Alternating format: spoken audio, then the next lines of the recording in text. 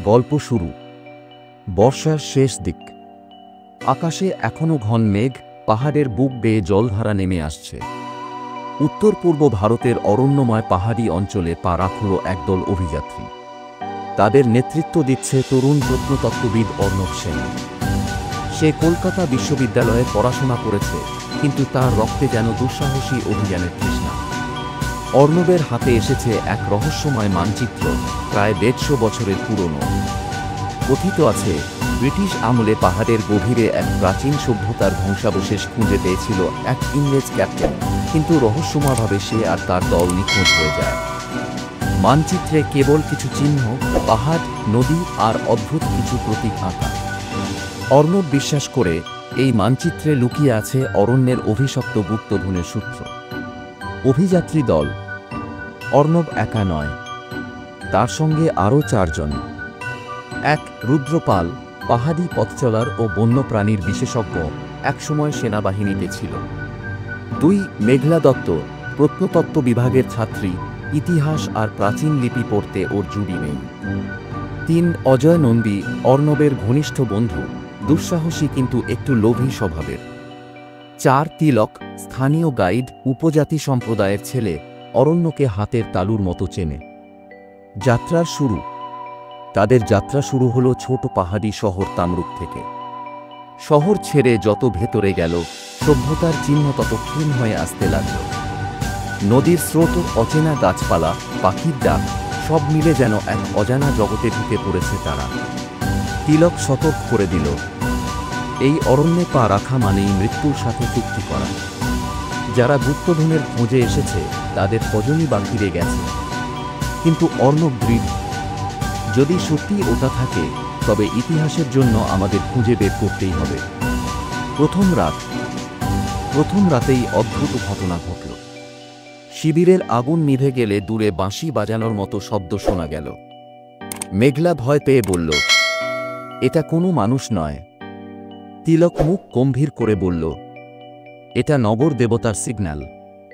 আমাদের উপজাতিরা বিশ্বাস করে এই পাহাড়ের বুকে এক অভিশপ্ত নগরী আছে।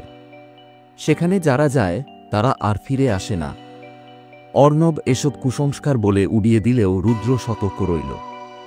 অরণ্যের ভয়াল পরীক্ষা। অভিযান যত এগোতে লাগল, অরণ্যের ভয়ঙ্কর রূপ তত স্পষ্ট হল। বুনো হাতির পাল হঠাৎ শিবিরে আক্রমণ করল। ভয়ানক জলপ্রপাত পেরোতে গিয়ে অজয় প্রায় পড়ে যাচ্ছিল। অরণ্যের গভীরে এক রাত তারা হঠাৎ দেখল প্রাচীন ভগ্ন মন্দিরের ধ্বংসাবশেষ। মন্দিরের দেওয়ালে অদ্ভুত লিপি খোদাই করা। মেঘলা সেটি পড়তে গিয়ে স্তব্ধ। এটা প্রায় ৩,০০০ বছরের পুরনো ভাষা। এখানে লেখা আছে, যে নগরীর সোনার দরজা খুঁজে পাবে সে পৃথিবীর সমস্ত ধন সম্পদের অধিকারী হবে, কিন্তু দরজার প্রহরী মৃত্যুকে অতিক্রম করতে পারবে না কেউ। অজয়ের চোখ চকচক করে উঠল। মানে গুপ্তধন সত্যিই আছে। আমরা ঠিক জায়গায় এসেছি। অজানার পথে। ধ্বংসপ্রাপ্ত মন্দির পেরিয়ে তারা পৌঁছল এক অদ্ভুত ক্যানিয়নে। বিশাল পাথরের ফাঁক দিয়ে যেতে হয়, চারপাশে অদ্ভুত প্রতিধ্বনি শোনা যায়। হঠাৎ এক রাতে অদৃশ্য কারো আক্রমণে তিলক মারা যায়। তার শরীরে কোনো অস্ত্রের চিহ্ন নেই, তবু মুখে ভয়ের ছাপ জমে আছে। রুদ্র ফিসফিস করে বলল, কেউ আমাদের নজরে রেখেছে। অর্ণবের বুকেও শীতল স্রোত বইল, কিন্তু সে হাল ছাড়ল না। অভিশপ্ত নগরী। অবশেষে তারা পৌঁছল এক পাহাড়ি উপত্যকায়। সেখানে কুয়াশার ভেতর লুকিয়ে আছে ধ্বংসপ্রাপ্ত এক নগরী, অবিশ্বাস্য বর্বর পাথরের প্রাসাদ, সোনালী গম্বুজ আর পাথরের মূর্তি। সবকিছু ঝোপে ঢাকা, তবু বোঝা যায় একসময় এ ছিল সমৃদ্ধ নগর। কিন্তু শহরে পা রাখতেই তারা অদ্ভুত গন্ধ পেল, পচনের গন্ধ। কোথাও কোনো মানুষ নেই, শুধু শূন্য প্রাসাদ আর নিস্তব্ধতা। এক প্রাসাদের ভেতরে তারা আবিষ্কার করল সোনার দরজা, মানচিত্রে যেটির ইঙ্গিত ছিল। দরজার গায়ে লিপি লেখা, ধন পাবার আগে জীবন ত্যাগের প্রস্তুতি নাও। মেঘলা কেঁপে উঠল। এটা স্পষ্ট সতর্কবার্তা। আমাদের পেছনে ফিরে যাওয়া উচিত। কিন্তু অজয় আর ফিরতে রাজি নয়। সে বলল, আমরা এত দূর এসেছি, এখন খালি হাতে ফিরব। চূড়ান্ত পরীক্ষা। সোনার দরজা খোলার সাথে সাথে অন্ধকার সুড়ঙ্গে ঢুকে পড়ল তারা। ভেতরে ভয়ানক ফাঁদ, হঠাৎ মেঝে ভেঙে গিয়ে কুমির ভর্তি জ্বলে পড়ে যাওয়া, বিষাক্ত তীর ছোড়া, আর অদ্ভুত আলোতে বিভ্রম সৃষ্টি। অজয় লোভে পড়ে এক ঝুড়ি ভরা সোনার মুদ্রা তুলতে গিয়ে ফাঁদে পড়ল। বিশাল পাথর গড়িয়ে এসে তাকে চূর্ণ করে দিল। তার মৃত্যুর আর্তনাদ আজও অর্ণবের কানে বাজে। শেষ পর্যন্ত অর্ণব, রুদ্র আর মেঘলা পৌঁছল গুপ্তকক্ষের ভেতর। সেখানে সোনার মুকুট, অমূল্য রত্ন আর মূর্তি সাজানো। কিন্তু সবচেয়ে ভয়ঙ্কর হল, এক বিশাল পাথরের প্রহরী মূর্তি নড়তে শুরু করল। প্রাচীন যান্ত্রিক ফাঁদে তৈরি সেই প্রহরী তাদের তাড়া করল। রুদ্র সাহসিকতার সাথে লড়াই করে মূর্তিটিকে ধ্বংস করল, কিন্তু নিজেও প্রাণ হারাল। শেষ মুহূর্ত।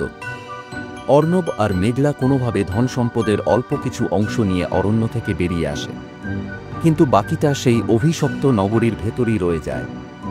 শহরে ফিরে অর্ণব উপলব্ধি করে, গুপ্তধনের লোভ মানুষকে ধ্বংস করে।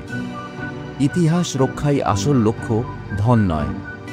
তাদের অভিযান শেষ হল, কিন্তু অরণ্যের অভিশপ্ত নগরী এখনও রয়ে গেছে কুয়াশার আড়ালে, অপেক্ষা করছে নতুন অভিযাত্রীদের জন্য। সমাপ্তি। নমস্কার, আমি পুষ্পক ঠাকুর। এটি আমার ইউটিউবের অ্যাডভেঞ্চার এবং হরর স্টোরির একটা চ্যানেল। যদি গল্পটি আপনাদের ভালো লেগে থাকে তাহলে চ্যানেলটিকে অবশ্যই সাবস্ক্রাইব করবেন, লাইক করবেন এবং শেয়ার করবেন। লাইক করলে মোটিভেট হই এবং ভিডিও করা।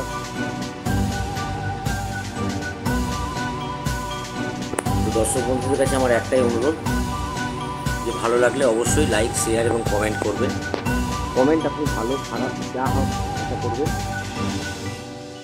তাহলে আমি বুঝতে পারবো যে আমার কোন জায়গাটায় ভুল বা কোন জায়গাটায় ঠিক। তো আমি আজ পর্যন্ত যে কটা ভিডিও আপলোড করেছি কোনোটাতে আমি এই রিকোয়েস্ট করিনি, বাট আজকে আমি করলাম, কারণ আমি দেখছি যে ভিডিওর যারা দেখছেন তারা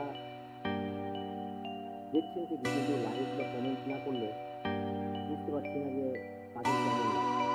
তো অবশ্যই একটা লাইক করবেন, ডিসলাইক করবেন, এটাই। এবং প্রচুর